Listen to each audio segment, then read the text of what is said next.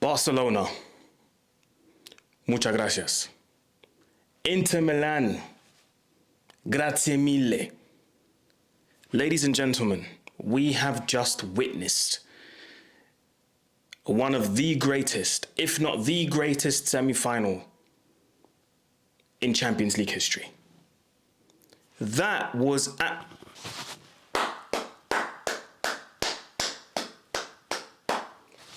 As a neutral, this was peak football. I thoroughly enjoyed this football game.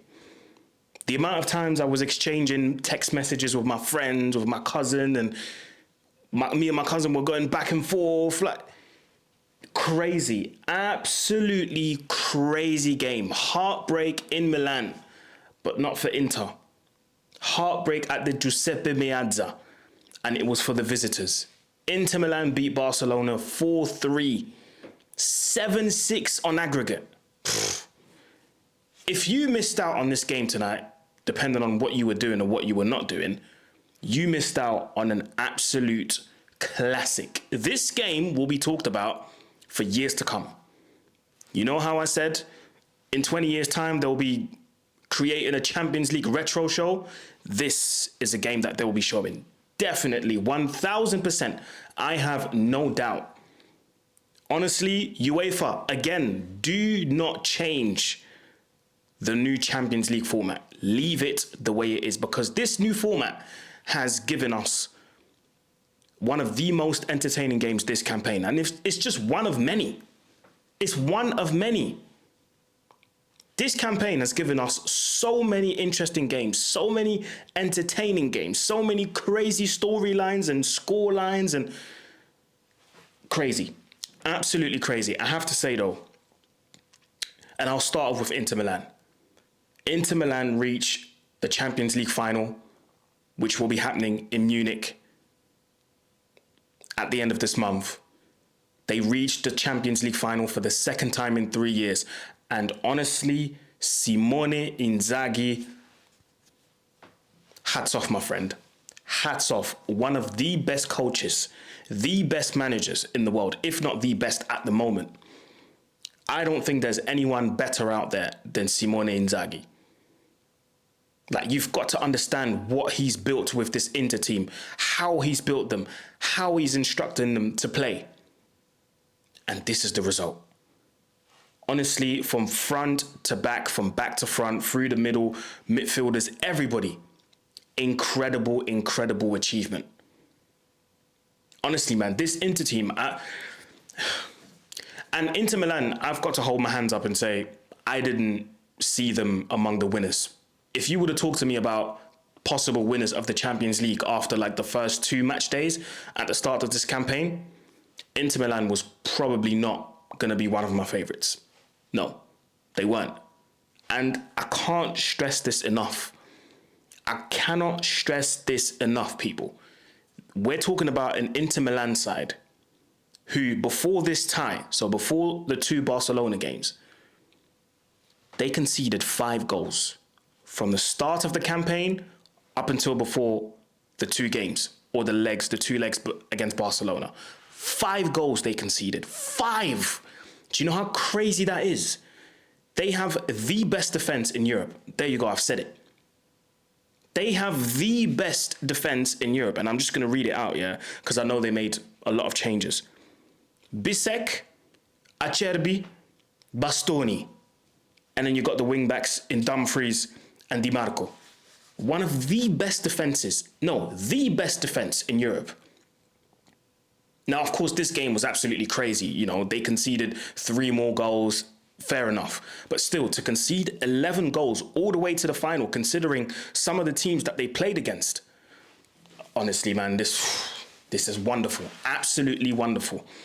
And we have to start, obviously, in chronological order, looking at the goals. And I would like to sit here and break down each one of them, but we'll probably mix it up a little bit. you can tell that Inter prepared.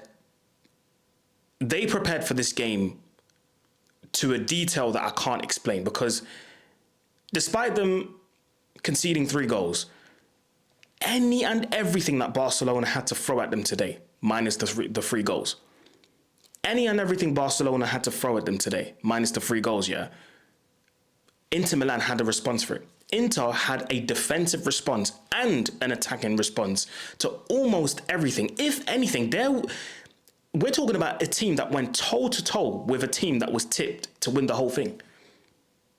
Like, there's no doubt in my mind, at the moment, Inter Milan is probably the best team in Europe. They went toe-to-toe with Barcelona, the free-flowing Barcelona that's been scoring goals for fun against any and everyone. They prepared perfectly for this match. And you could tell the way they were pressing, which is how they scored the first goal. Frankie de Jong gets caught out in midfield, thinks he's got too much time. Boom, caught out, pressed high. Denzel Dumfries. I want you guys to understand something about Denzel Dumfries. But 1 second. Makes the perfect run. Lautaro Martinez runs with him. Dumfries squares it to Martinez. Martinez scores. Somebody who wasn't tipped to really be fit for this game, and you could kind of tell as well when he was playing. You could kind of tell he wasn't at 100%, and you could see it. But still, for him to get a goal and win the penalty after that, credit to him, man. Credit to him. You know, Barcelona get punished again. Kubarsi. At first, I thought this is a great tackle, but then VAR had a look at it. And I think this is fair. And I don't really know why Barcelona players were going that mad. And I know on the pitch sometimes, you know, things go very quick and, you know, you lose your mind a bit too quickly sometimes because of emotions and all of that. But I'm watching this on TV, so it's a whole different experience than being on the pitch and playing the whole game. I couldn't understand why even after the VAR check, like Hansi Flick was going mad, people on the bench were going mad, players were going to the referee, tried to argue, like even after the VAR check. I mean, surely if the VAR check has happened, come on, like, surely. Do you know what I mean? I don't know. Maybe it's just me, but I just didn't understand why they all went mad like that, even after the VAR check. Before the VAR check, fine. You could go mad. You could do whatever you want and be emotional. That's fair. But, yeah, I just didn't understand that. But back to my point that I was trying to make. Denzel Dumfries.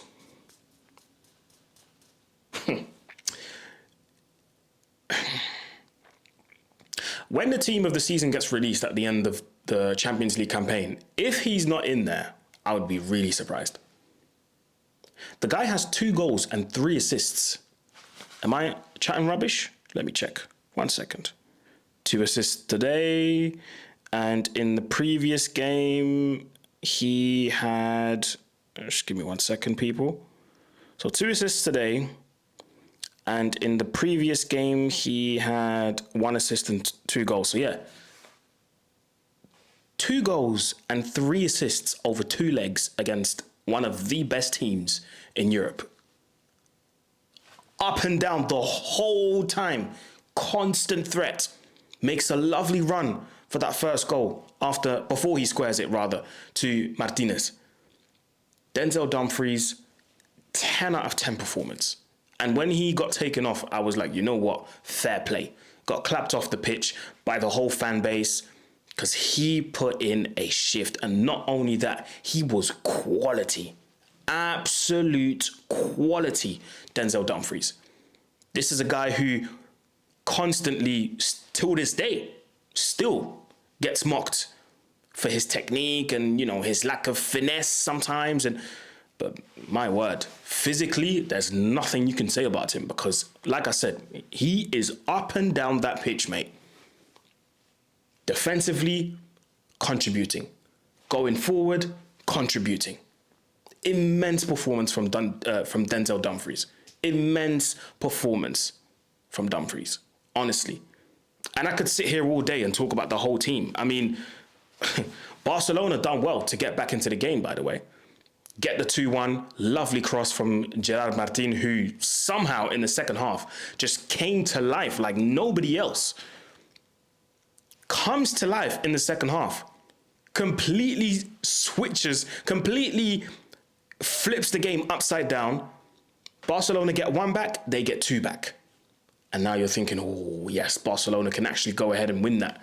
And for the first time in the two legs, Barcelona actually take the lead. They actually take the lead. Make it 3-2. I can't remember who scored it. Let me see. Who scored? Sorry, this is straight after the game, by the way. You know, emotions are still high. Rafinha, of course. Rafinha. And in the second half, by the way, it was all Barcelona. Wave after wave of attack. Lamine Yamal, and we'll talk about him in a second. Lamine Yamal and Cole, they were just going at it. They, like I said, wave after wave of attack. And yes, they conceded 3 goals into Milan's defense, but still, to still be alert and to still stand firm and try and win this in the end is crazy. It's crazy. Now, I want to talk about Lamine Yamal. Lamine Yamal, this is his first heartbreak. This is his first heartbreak because up until now, everything that Lamine touched turned into gold. Burst onto the scene as a 15, 16-year-old, causing havoc, playing with Barcelona, coming from the famous La Masia, playing the Euros at the age of 16 with Spain, tearing it up in Germany, beating Germany in the semi-finals, scoring, what was it, round of 16, quarters, semis. I was there. Scoring against France, ridiculous goal, contributing in the final. So, well, obviously winning the Euros as well. So up until now, everything that Lamine touched turned into gold. But he was yet to witness and yet to experience a heartbreak, a setback. And this is it. This is the first setback for Lamine. But you know what? He's so young that he probably has so much time ahead of him, such a long career ahead of him. He's going to be able to rectify the mistakes he made today. He's going to be able to learn from what happened today. And you know what? It wouldn't surprise me if he's back next year, causing more havoc than this year. Because listen, I'll tell you what, in the first 20 minutes to half an hour, I would say Lamine got locked up by Di Marco. They doubled up on him, tripled up on him, managed to contain him somewhat, but sometimes he still managed to get through because the technique and the close control is just so insane that he will eventually get through you sometimes, somehow I should say. He will get through you somehow. So he managed to get through a couple of times, put in a couple of crosses towards the back post that didn't really find anyone. And he was met with a lot of frustration because nobody was there at the end of it, which I understood. But in the second half, oh my God, he absolutely turned up. Woo! He absolutely turned up. But I think he was met with a defense that let him down. I think in the end, what let down Barcelona was the defending. Araujo, I mean, when he came on, I don't know what happened. He had a stinker. Didn't defend well for the Fratesi goal because as well as Marcus Thuram was doing, and as much as that work that he did put in was amazing to hold up the ball, to go to the corner flag, to drop a shoulder, shift it, turn, spin Araujo around, go past him, and then pass it to Taremi who lays it off for Fratesi.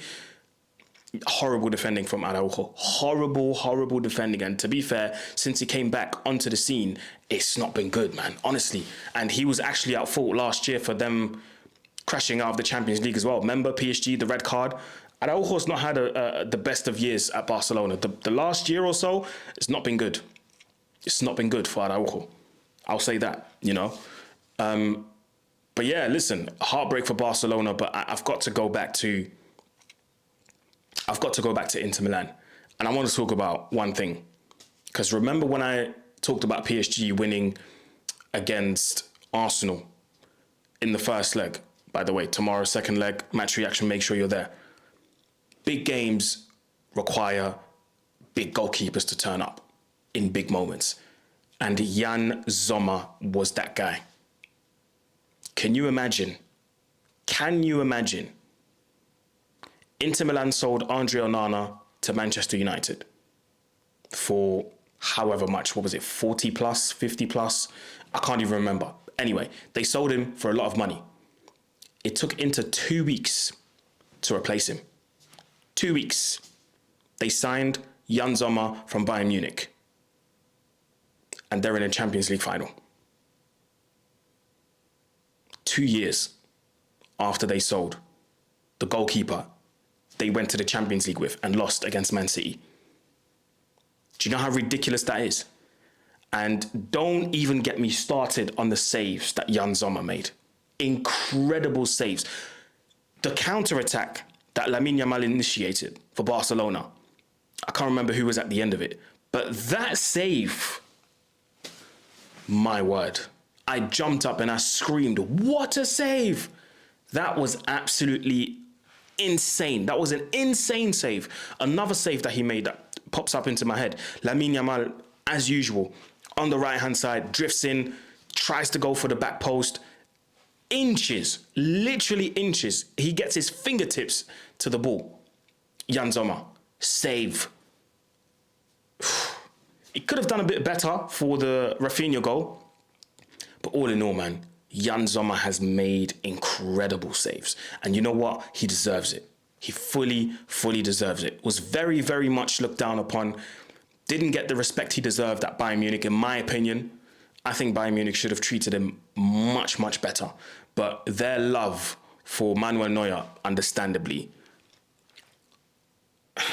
kind of clouded their judgment on Yann Sommer, and they happily let him go because they thought, we still got Manuel Neuer. Well, look at the situation now at Bayern Munich. Manuel Neuer has been more injured than anything in the last few years. But enough about Bayern Munich. Back to Inter Milan and Yann Sommer.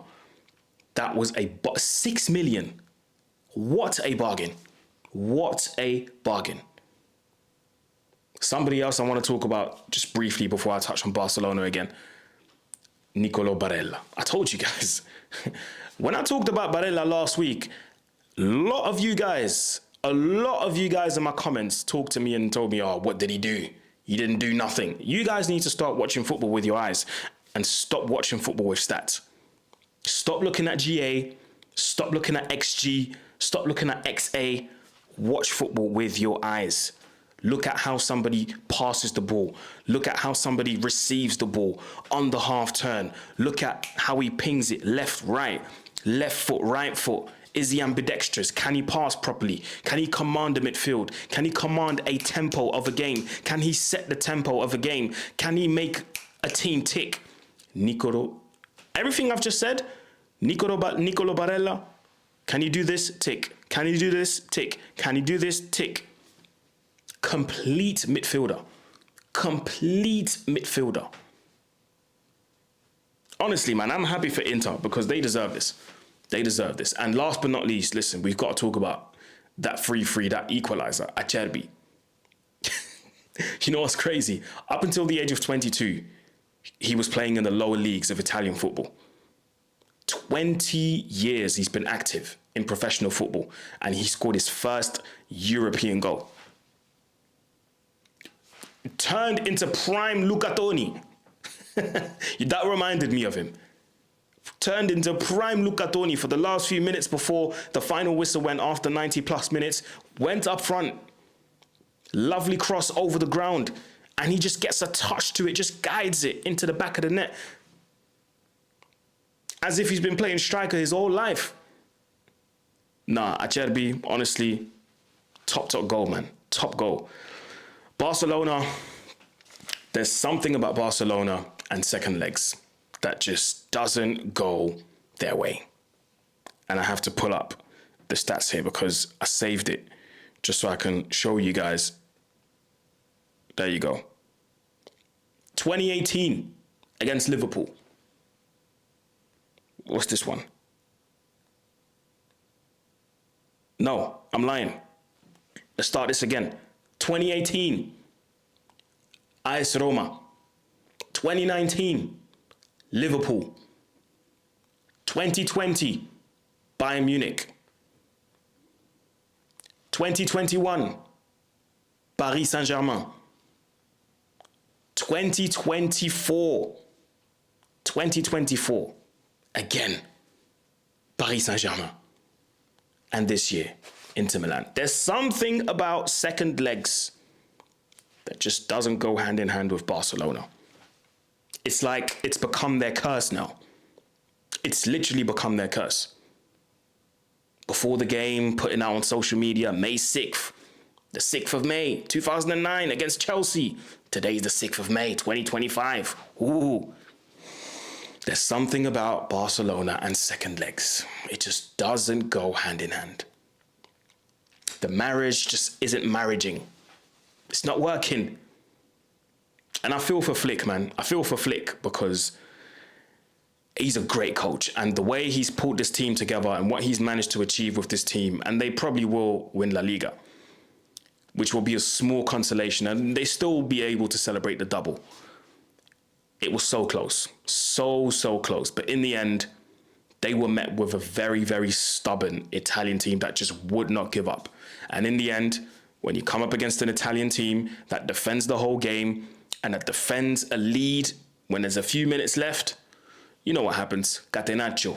They just tighten it up at the back and it's lights out. You just can't score. But anyway, let me know what you think in the comments below, man. I have fully enjoyed this game. As a neutral, this was a fantastic game of football. But yeah, let me know what you think in the comment section below. It's road to 20k, people. Like, share, comment, subscribe. And I'll see you tomorrow for the Arsenal PSG second leg match reaction. Peace.